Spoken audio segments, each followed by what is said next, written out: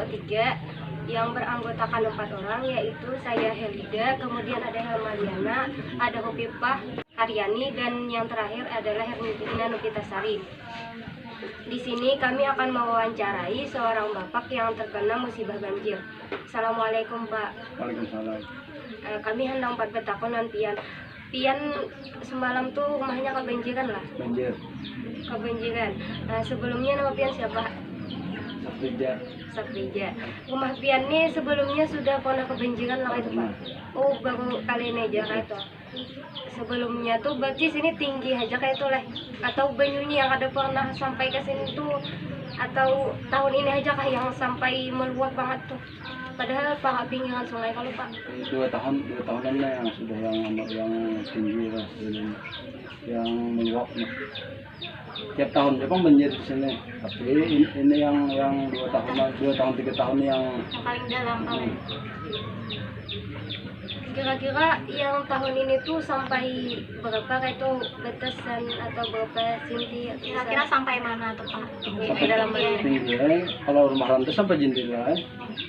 Tergantung rumahnya cuman juga. Kalau rumahnya di dalam, kalau nyata tinggi ada tapi banjirnya. Selama banjir tuh Pak adalah kayak keresahan kayak itu. Ada aja kayak ada. Tiap rumah ada ular atau banyunya kan bertambah naik lagi. Gorengan kada tenang ada gorengan. Berarti kan ada mengungsi kan Pak? Misalnya kalau tempat tinggi kah misalnya? Untuk sementara kalau di sini ada, masalahnya tiap tahun bang sudah di sini. Sudah biasa. Sudah biasa. Kayak kerja tiap tahun. Ada yang kayak banjir bandang ada. Kalau nya kerusakan Bang Pak, adakah kayak itu selama banjir itu? Maksudnya Kerusakan yang terjadi karena banjir, terdampak banjir itu misalnya kayak rumah ada yang rumah rusak sekali juga rumahnya, yang jauh-jauh pun rumah papan-papannya punya rusakan. Paculan pak-paknya, kawan jalan-jalanannya rusakannya. Kalau nya bantuan Bang dari pemerintah adalah Pak sampai ke sini? Ada sembako ada. Tiap tahun yang kena banjir atau tahun ini aja Pak? Sudah 2 tahun lah. 2 tahun lah yang dapat bantuan dari Pemda. Berupa sembako ya. Kira-kira misalkan adakah lagi menurut Pian tuh untuk kemungkinan untuk tahun-tahun kainahnya tuh pacangan banjir kayak tahun ini atau kayak ada mungkin lagi ke Pak itu? Kayaknya tiap tahun bang. Soalnya rutin mulai dulu udah tiap tahun banjir. Itu tuh sebujurnya dasar banjir kiriman berarti Pak lah? Kiriman.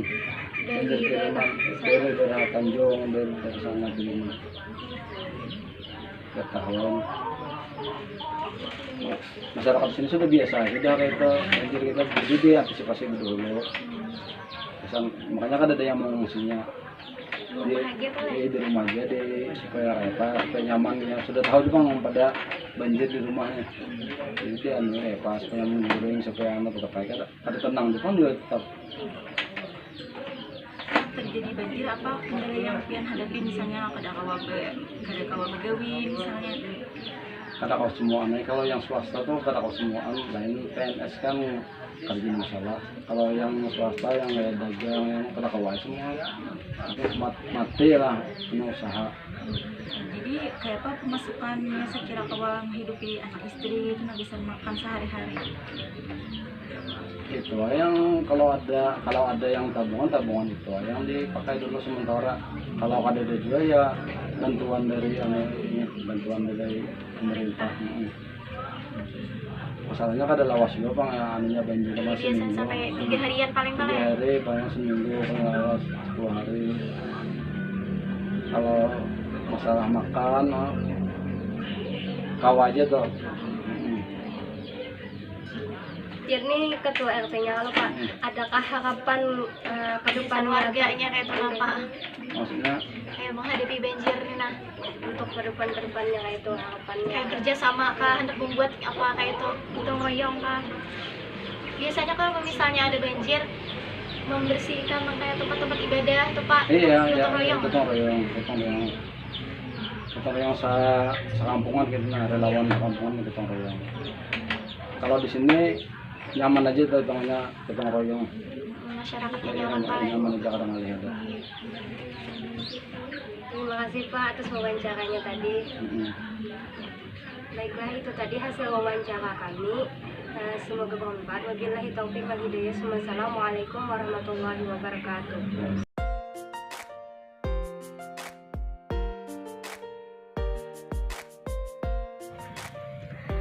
Latar belakang perlunya bimbingan konseling pada masyarakat yang terkena musibah banjir. 1. Pengertian bimbingan konseling. Bimbingan konseling adalah proses pemberian bantuan yang dilakukan melalui wawancara konseling oleh seorang ahli atau yang disebut konselor kepada individu yang sedang mengalami sesuatu masalah disebut konseling yang bermuara pada teratasinya masalah yang dihadapi konseli serta dapat memanfaatkan sebagai potensi yang dimiliki dan sarana yang ada sehingga individu atau kelompok individu itu dapat memahami dirinya untuk mencapai perkembangan yang optimal, mandiri, serta dapat merencanakan masa depan yang baik untuk mencapai kesejahteraan. 2. Latar belakang perlunya bimbingan konseling pada masyarakat yang terdampak musibah banjir. Indonesia merupakan negara kepulauan. Secara geografis, Indonesia merupakan negara yang rawan untuk terjadinya bencana alam. Tak heran, hampir setiap tahun jika kita sering mendengar berita mengenai bencana alam yang terjadi di Indonesia, akibatnya menyebabkan kerugian dan kerusakan yang dialami oleh manusia, baik dari segi materi maupun dari segi psikologis, bagi mereka yang tinggal di wilayah yang dilanda oleh bencana alam. Bencana alam dapat menjadikan trauma bagi orang-orang yang mengalaminya. Itu dikarenakan mereka merasa kehilangan harta benda yang dimiliki, kehilangan anggota keluarga mereka, bahkan masih saja dihantui rasa takut saat hendak menyelamatkan diri dari bencana alam yang terjadi.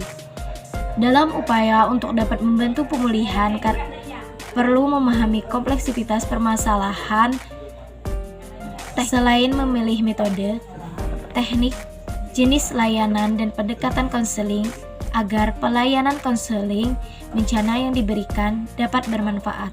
Dalam upaya untuk dapat membantu pemulihan trauma yang dialami oleh korban bencana alam, konselor perlu memahami kapasitas permasalahan yang dihadapi oleh konseli selain memiliki metode, teknik, jenis layanan, dan pendekatan konseling agar pelayanan konseling bencana yang diberikan dapat bermanfaat.